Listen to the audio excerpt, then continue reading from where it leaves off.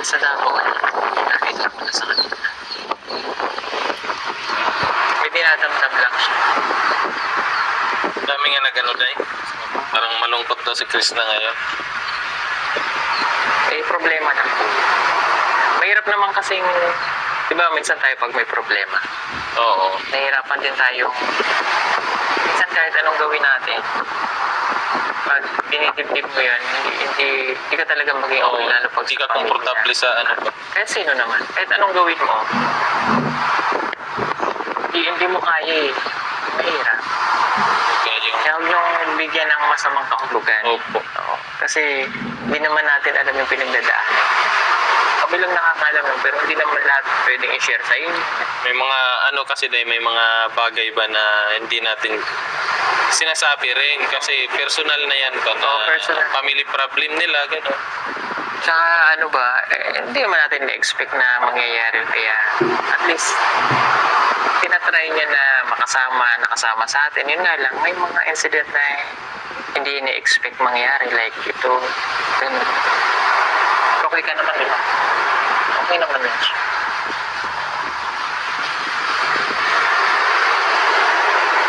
Kaya uwi siya pagdating eh. Pagdating natin. Para maayos niya muna yung problema nito.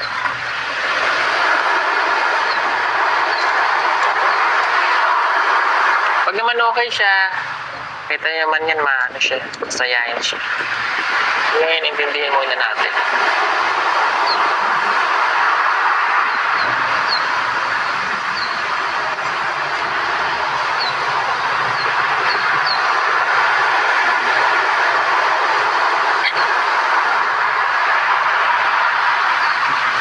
Ano nilalagay?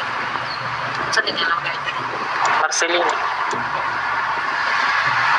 May ganyan din sa amin sa Mindoro, ganyan kahabang beach. Pero hindi ganyan ang buhangin, medyo light lang na konti. Tapos hindi magalaw. Paano? Hindi mahal. Depende lang minsan. Pero masarap maligo. Isa po. So sa pagpunta natin na hindi masyadong ano yan. Okay? Hindi na. Hindi maalam. Itim na agad yun.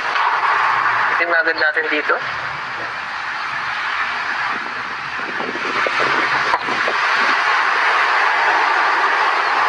Pag may nunal ka dito, yayamang ka. Ayan.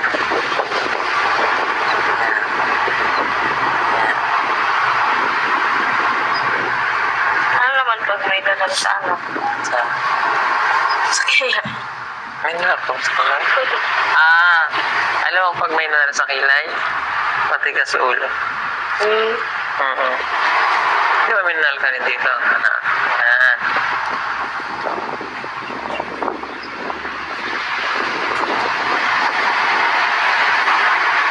Pag may nunal ka sa paa, tanawa. Ano makita yung nanal ko?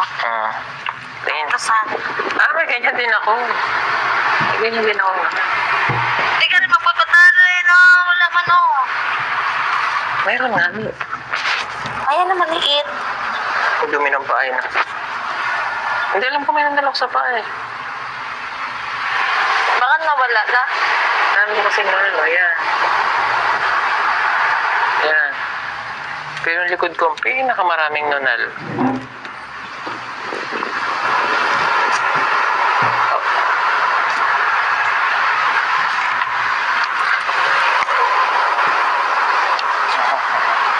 Wala. Baka na sa sistong. Kawan mo sistong. Hoy! Iyan! Hindi. Hindi. Bago ka noon. May 40 pesos tayo. Bibigay natin. Oh. Budgeta na ha? Oh. Yan. Ang silingan? Taro nga. Ang bait talaga ng Salamat. batang to, si Chris na Taro, eskwela ha? mapagmahal sa mga kapatid. Ito pa siya. Yan. Wow. Ano ba? Ganyan Sobrang laki. magaling. Yan. Ang galing naman. Kulang lang yan ng ano, yung bani ng saging tsaka lupa para masindihan na. Hmm. Ganun talaga pala ang nag-uwi. Son! Son. Kabebe. Anong mangyari? Ano mo, nilipot, bigyan mo mata mo. So beautiful, eh? Beautiful eyes.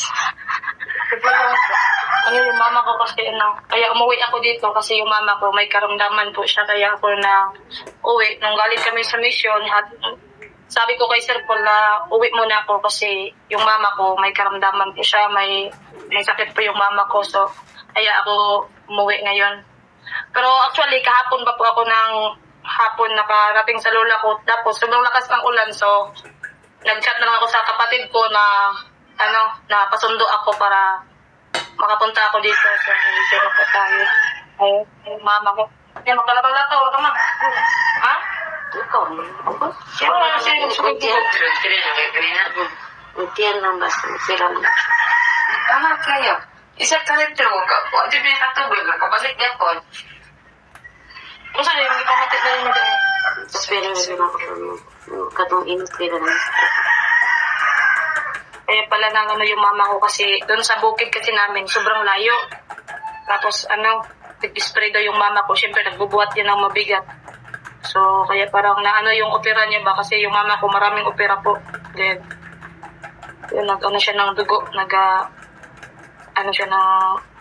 Nagasuka ba? Dahil sa, parang na-overpatig yata yung mama ko sa pagod doon sa bukid namin. Tapos, nagbubuhat ng mabigat. Then, nabigat sa init. Doon sa tingin pa pang stroke. Mama mo na magbuhat. Magana kinasuka doon. Trabaho gusto niyang tapusin. Pero wala tayong magagawa, pa-check up mo na lang. Ibo niya sa doktor noon. Ipatulungan ng dokumenta niya. Anak, Kalata na. pag-stay niya. Uy, matlok. Wala, siya. Karpog mo.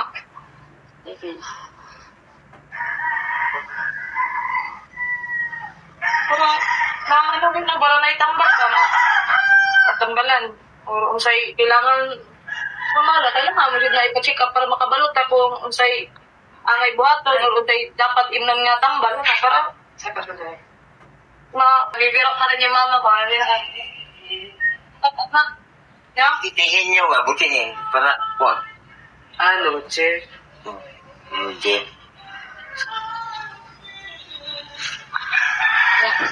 Mag-check up daw nga. Sa panabog, may bata. May busan. Dami lagi. Lukad lang daw. Eh, nung mata ko, napakabalo, delikado niya. Init na kayo. Resulta ganit no. Tupagpuan niya.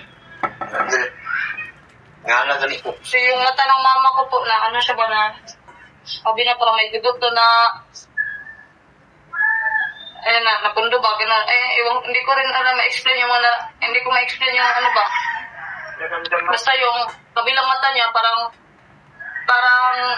namaga. Oo, namaga. Tapos yung puso niya daw, yan ang palaging kumikirot. Then kaya nagsusuka siya ng dugo. Parang, kasi dati yung mama ko nagasuka din to ng dugo. Sobrang pagod sa trabaho. Yun nga, mahirap ang sitwasyon namin dito. Malalayan na Sila ulcer, ipa-check up mo na yan. Kailangan purso ng magtrabaho doon sa bukid. Sobrang layo kasi. Lalakarin pa na mga ilang minuto. Tapos pauwi pa dito pagkahapon. Doon magbilad sa init. Buong araw din magbubuhat ng mabigat. So, na mga opera niya dati. So, kailangan natin mga bukas kasi ngayon hapon na po kami nakarating dito. Mga bukas, papacheck up po natin si mama ko. Para malaman natin kung ano talaga yung nararamdaman niya o para agapan ka agad para inom siya kagad ng gamot kung para po sa pinupod. Okay. Ano ba? Yan yung mata ng isang mata ng mama ko pag parang namamaga siya po. Simula daw nung nagsuka siya ng dugo, yung isang kabilang mata niya, ganito lang. Siyempre, anak po tayo, malulungkot din tayo pag may mga karamdaman yung magulang natin. Nung nag-vision kami, kaya kasi tumawag yung papa ko, din nag-chat yung kapatid ko na ganito yung sitwasyon ni mama dito. So, di ako nakakatulog nun. Tatlong gabi ba kami doon? Parang hindi ako nakakatulog ng maayos, nakaisip. Kasi syempre, anak ako din iniisip ko palagi sila dito, yung mama ko, kasi syempre may karamdaman. Parang hindi ka mapakali ba? Kasi nasa malayo po ako. Kaya, pagtawag ng papa ko, pag-uwi namin doon sa PBS, kahit sobrang pagod pa po kami noon, parang ang sarap matulog. Pero pinilit ko na magpaalam kay sir na umuwi muna ako para mapentahan ko po si mama din, para mapacheck up po. So, bukas papacheck up ko po yung mama ko. Pacheck up po, papayag naman po siya na pacheck up ko siya bukas. Ako po yung sasama sa kanya dun sa Pakibato para medyo malapit na.